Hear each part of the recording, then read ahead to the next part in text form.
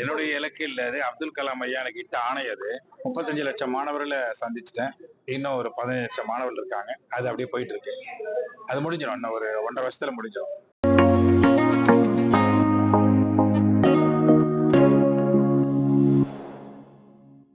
நான் சொல்றேன். உங்களுடைய இலக்கு வந்து 50 லட்சம் மாணவர்களுடைய சந்திப்பு இலக்கா இருக்கு. அடுத்த கட்டம் எப்படி? என்னுடைய இலக்கு இல்ல அது. அப்துல் கலாம் ஐயா எனக்கு இட்ட ஆணை அது. 50 லட்சம் மாணவர்களை சந்திக்கணும்னு. அது வந்து கல்லூரி மாணவர்கள், பள்ளி மாணவர்கள் எல்லாரும் இணைஞ்சு அவங்களுக்கு நான் என்னோட பயணம் போனோம். அதாவது கலாம் சாருடைய இந்த கட்டளை 10 கல்வி கட்டளையை கொண்டு போனோம். 35 லட்சம் மாணவர்களை சந்திச்சுட்டேன். இன்னும் ஒரு 15 லட்சம் மாணவர்கள் இருக்காங்க. அது அப்படியே போயிட்டு இருக்கு. அது முடிஞ்சிடும். இன்னும் ஒரு 1.5 வருஷத்துல முடிஞ்சிடும்.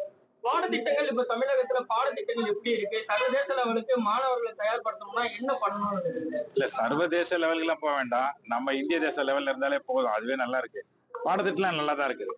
பாடம் பசங்க கிரகித்துக் கொள்ளுகின்ற முறையும் கற்பிக்க வேண்டிய முறையிலும் சின்ன சின்ன கரெக்ஷன்ஸ் பர்ஃபெக்ஷன்ஸ் பண்ணிட்டாக்கா பியூட்டிஃபுல்லா இருக்கும். அரசு பள்ளிகள் செயல்பாடு நல்லா தான் இருக்கு. அரசு பள்ளிகள்ல பாடத்திட்டங்கள் நல்லா இருக்கு.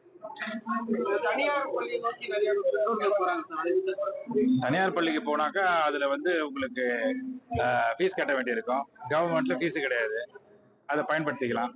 மற்றபடி குவாலிட்டின்னு பாத்தீங்கன்னாக்கா 2 இடத்துலயும் ஒரே மாதிரி தான் இருக்கு. இப்ப எங்க குழந்தைங்களே, என் பொண்ணுங்க 2 பொண்ணுமே அரசு உதவி பெறும் பள்ளியில தானே படிக்கிறாங்க.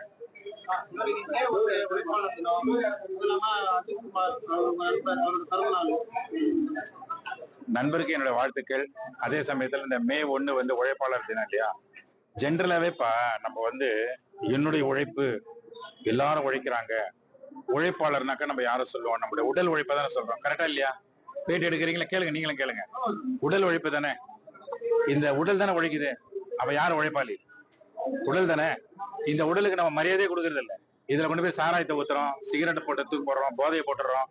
அப்போ உடலுக்கு மரியாதை கொடுக்கறவங்க தான் உண்மையான உழைப்பாளிகள். ஏன்னா உடல் தான் உழைக்குது. இப்ப நான் பேசுறேன்னா என் உடல் தானே பேசுது. நீங்க உடலாம் கேமரா பிடிச்சிட்டு நிக்கிறீங்க, நான் உங்க கை தானே பிடிச்சிட்டு நிக்குதுப்பா. இத பாருங்க, கை உழைக்குது இல்ல. அப்போ நம்ம உடலுக்கு முக்கியத்துவம் கொடுக்கணும். அப்போ எல்லோருக்கும் ஆரோக்கிய விழிப்புணர்வு முக்கியம். அதெல்லாம் நாங்க கலாம் சாருடைய கோட்பாடுல பிசிக்கல் ரெஸ்பான்சிபிலிட்டி, மென்டல் ரெஸ்பான்சிபிலிட்டியை நாங்க ரொம்ப அழகா கொண்டு போறோம். ஆரோக்கியம், அதனாலதான் நோயற்ற வாழ்வே குறைவற்ற செல்லும்னு சொல்றோம். நீங்க மேடையில பேசும்போது ஜோதிடம் என்பது மூட நம்பிக்கை இல்ல, அது மூடப்பட்ட நம்பிக்கையா பார்க்கப்படுது அப்படின்னு சொல்லுங்க. அதை பத்தி கொஞ்சம் விரிவா.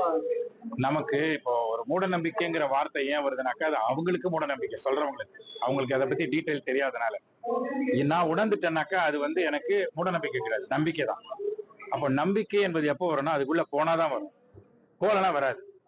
அப்போ உள்ள போய் நான் கண்டுபிடிச்ச உடனே அந்த நம்பிக்கையை நான் மூடிடக்கூடாது, மற்றவங்களுக்கு கொண்டு போகணும். அதை தான் அவர் சொல்றாரு, உணர்தலும் உணர வைப்பதும்.